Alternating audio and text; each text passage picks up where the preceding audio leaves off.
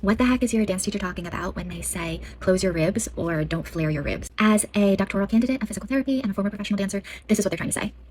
In anatomical terms, what they're saying is that you're overextended at your thoracolumbar junction. This is where your thoracic, mid-spine, and your lumbar, low spine, meet.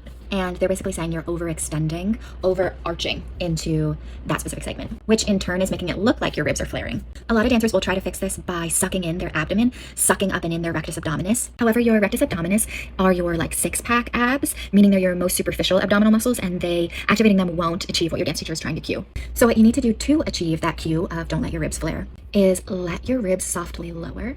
In dance, a lot of dance teachers will say, close your ribs. Let your ribs softly lower by not extending at the lower mid-back quite so much, meaning flex 1% at the lower mid-back.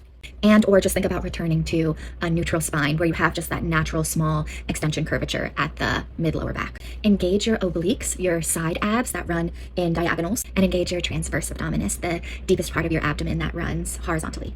You can do that by taking a huge inhale in and exhaling, thinking of pulling your hip bones together. You know you're doing it right because you'll be able to breathe freely. Now, one last trick when you quote unquote close the rib cage is that you don't want to collapse the upper chest. So while you are decreasing the amount of extension in the lower thoracic spine, you do want to maintain an ever so slight amount of extension going backwards in the upper thoracic spine. Now that really is subtle. It's just the difference of thinking of keeping your collarbones open and your sternum shining forward. So in summary, engage the deepest part of your abdomen and don't hinge backwards on the mid-lower back. And remember, it's just dance. Thank you so much for watching. Subscribe to Dancer's X-Ray for more.